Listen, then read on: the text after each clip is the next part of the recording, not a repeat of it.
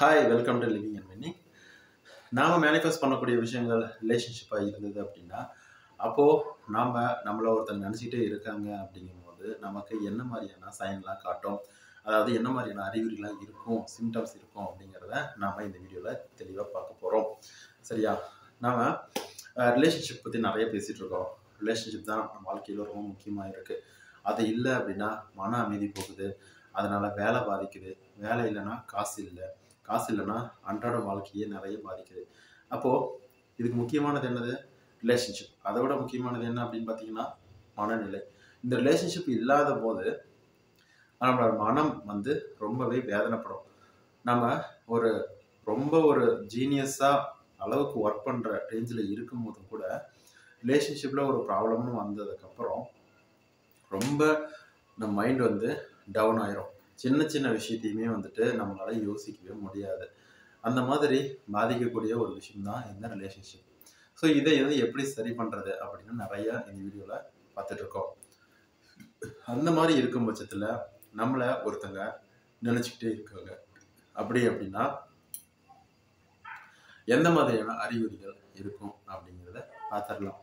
அதாவது நாம் கொஞ்ச நாள், அதாவது நம்ம ஒன்றா இருந்து பிரிஞ்சவங்க, இல்லை ரொம்ப நாள் லவ் பண்ணி பிரிஞ்சவங்க, பிரிஞ்சுட்டு திரும்பவும் ஒன்று சேர மாட்டோமா அப்படின்னு ஒருத்தருக்கு ஒருத்தர் நினச்சிட்டே இருக்காங்க அப்படின்னா அவங்களுக்கு இந்த மாதிரியான அறிகுறிகள்லாம் இருக்கும்.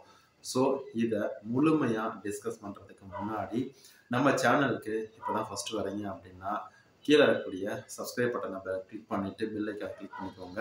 அதுக்கப்புறம் இந்த வீடியோ உங்களுக்கு பிடிச்சிருந்தது அப்படின்னா லைக் பண்ணுங்கள், மற்றவங்களுக்கு ஷேர் பண்ணுங்கள். அதுக்கப்புறம் உங்களோட கருத்துக்களை கமெண்டில் கொடுங்க.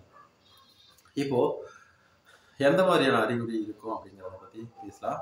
அதாவது இதுக்கு முன்னாடி வரைக்கும் நான் லவ் பண்ணேன், ரொம்ப நாள் பிரிஞ்சிருக்கேன், நான் கல்யாணம் பண்ணி ஏதோ ஒரு பிரச்சனையில் பிரிஞ்சிருக்கேன், அவங்க நம்மளை பற்றி நினச்சிட்டே இருப்பாங்களா அப்படிங்கிறத எப்படி தெரிஞ்சுக்கலாம் அப்படின்னா, நீங்கள் இதுக்கு முன்னாடி அதிகமாக அதை பற்றி பேசியிருப்பீங்க நிறைய விஷயங்கள். அதாவது ஒரு புலம்புற மாதிரி, இது அந்த மாதிரி ஆயிடுச்சு, இந்த மாதிரி ஆயிடுச்சு, எனக்கு இப்படி பண்ணிட்டாங்க, எனக்கு துரோகம் பண்ணிட்டாங்க, அவங்க எப்படி பண்ணலாம், நான் அந்த மாதிரி கிடையாது, இப்படிலாம் பேசிகிட்டே இருக்காங்கன்னு வச்சுக்கோங்களேன், அது ஸ்டாப் ஆயிடும்.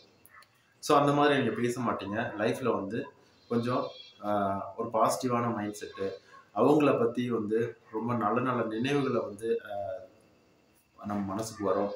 நீங்கள் பாஸ்ட்டில் சந்தோஷமாக இருந்தீங்க பார்த்தீங்களா, அந்த மாதிரி விஷயங்கள் மைண்ட் செட்டுக்கு வரும். அப்படி இருந்ததுன்னா அதுக்கான அறிகுறின்னு சொல்லலாம். அதுக்கப்புறமா உங்கள் மனசு லேசாகும். அதாவது இதுக்கு முன்னாடி ரொம்ப பாரமாக லைஃப்பில் இதுக்கப்புறம் என்ன பண்ண போகிறோன்னு எனக்கு தெரியல, நான் என்னோடய லைஃப் எப்படி போகுதுன்னே தெரியல, எனக்கு இருந்த ஒரே ரிலேஷன்ஷிப் இந்த மாதிரி ஆயிடுச்சு, சக்ஸஸ் ஆகாமல் இருக்குது அப்படின்னு நிறைய மனசில் யோசனை பண்ணிக்கிட்டு மனசு பாரமாக வச்சுருக்கிறவங்க அப்படின்னா அதெல்லாம் இல்லாமல் இப்போது மனசு ரொம்ப ரிலாக்ஸ்டாக இருக்கும். அதுக்கப்புறமா இந்த மூணாவது என்ன அப்படின்னா, நீங்கள் நான் ஏற்கனவே சொன்ன மாதிரி இதுக்கு முன்னாடி அவங்கள பற்றி நிறைய நெகட்டிவான எண்ணங்களும் உங்களுக்கு தோணியிருக்கும். அதாவது எனக்கு துரோகம் பண்ணிட்டாங்க, கஷ்டப்பட்டு கொடுத்துட்டாங்க, அவங்க எப்படி எனக்கு அந்த மாதிரியான ஒரு விஷயத்த செய்யலாம், நான் அதுக்கு எந்த தப்பு பண்ணலை, இப்படியெல்லாம் யோசனை பண்ணுறீங்க அப்படின்னா இன்றைக்கி நீங்கள் பாசிட்டிவாக திங்க் பண்ணுவீங்க. இல்லைன்னா அவங்க சீக்கிரமாக நம்மக்கிட்ட சேர்ந்துருவாங்க அப்படின்னு ஒரு இனம் புரியாத சந்தோஷம் உங்கள்கிட்ட இருக்கும். ஸோ அந்த மாதிரி பாசிட்டிவான ஒரு ஹாப்பியான ஒரு மைண்ட் தாட் உங்களுக்கு வரும். சரியா? நாலாவது இனம் புரியாத சந்தோஷம். அதாவது நீங்கள் அவங்கள ஃபஸ்ட்டு டைம் பார்த்தீங்கல்ல, ஃபஸ்ட் டைம் பார்த்தீங்கல்ல, அப்போது எந்த மாதிரி நீங்கள் ஃபீல் ஆகிறீங்களோ அதே மாதிரியான ஃபீல் உங்களுக்கு வரும். அதுவும் திடீர்னு வரும். உங்களுக்கு உங்களையே தெரியாமல் நீங்கள் சிரிப்பீங்க. உங்களுக்கு மனசுக்குள்ளே நீங்கள் சிரிச்சுப்பீங்க. உதடு உங்களுக்கு தெரியாமல் சிரிக்கும். ஒரு ரொம்ப சந்தோஷமான ஒரு மூமெண்ட்டாக இருக்கும். அது உங்களுக்கே தெரியாமல் அது நடக்கும். ஸோ இந்த மாதிரிலாம் இருக்குது அப்படின்னா அவங்க, அதாவது ஆப்போசிட் இருக்கக்கூடியவங்க உங்களை பற்றி நினச்சிட்டு இருக்காங்க அப்படிங்கிறத உணர்த்தக்கூடிய அறிகுறியாக எடுத்துக்கலாம். சரியா? இது மட்டும் இல்லாமல் நிறைய அறிகுறிகள் இருக்குது. நான் என்ன சொல்கிறேன் அப்படின்னா, இந்த அறிகுறிகள் மட்டுமே நம்ம வச்சுக்கிட்டு நம்ம மூவ் பண்ண வேணாம். நாம் நிறைய முயற்சி பண்ணணும். அதாவது லா ஆஃப் அட்ராக்ஷன் ஒரு பக்கம், அதாவது ஒன்றுமே இல்லை, பாசிட்டிவ் திங்கிங் வரும் கிடைக்கும் அப்படின்னு நம்புறது, அது லா ஆஃப் அட்ராக்ஷன். அது ஒரு பக்கம் இருந்தாலும் நாம் அதுக்கான வேலைகள் முயற்சி அப்படிங்கிறத பண்ணணும். அவங்ககிட்ட எப்படி பேசலாம், எப்படி நம்மளோட லவ்வை கன்வே பண்ணலாம், நம்மளோட இருக்கக்கூடிய நியாயத்தையோ எப்படி அவங்ககிட்ட பேசி புரிய வைக்கலாம், இல்லை பிரச்சனை இருக்குது அப்படின்னா 2 பேர் சேர்ந்து உட்காந்து பேசி புரிய வைக்கிறது, இது எல்லாமே பண்ணலாம். சரிங்களா?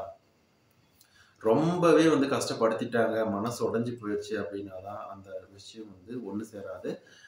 இதில் ஒருத்தருக்கு ஒருத்தர் விட்டு கொடுத்தாத வழியா அது விஷயம் ஒன்று சேராது. அதை தாண்டி ஒன்று சேரணும் அப்படின்னா இந்த மாதிரியான விஷயங்களை, அதாவது உட்காந்து பேசினாலே போதும்.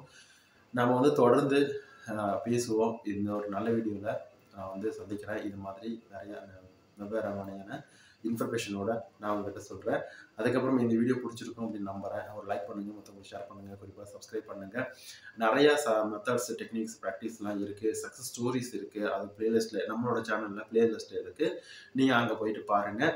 உங்களுக்கு கிளாஸஸ் எதாவது வேணும் அப்படின்னா நீங்கள் என்னோட கான்டாக்ட் பண்ணலாம். இது டைரெக்டாக 1-to-1 காலாக தான் இருக்கும். சில ஒர்க் ஷாப்பும் கனெக்ட் பண்ணிகிட்ருக்கேன். பட் 1-to-1 கால் தான் உங்களுக்கு பெஸ்ட்டாக இருக்கும் அப்படின்னு எனக்கு தோணுது. உங்களுக்கு இன்ட்ரெஸ்ட் இருந்தது அப்படின்னா நீங்கள் என்னோட வாட்ஸ்அப் நம்பர் டிஸ்கிரிப்ஷனில் இருக்குது, கான்டாக்ட் பண்ணலாம். ரொம்ப நன்றி.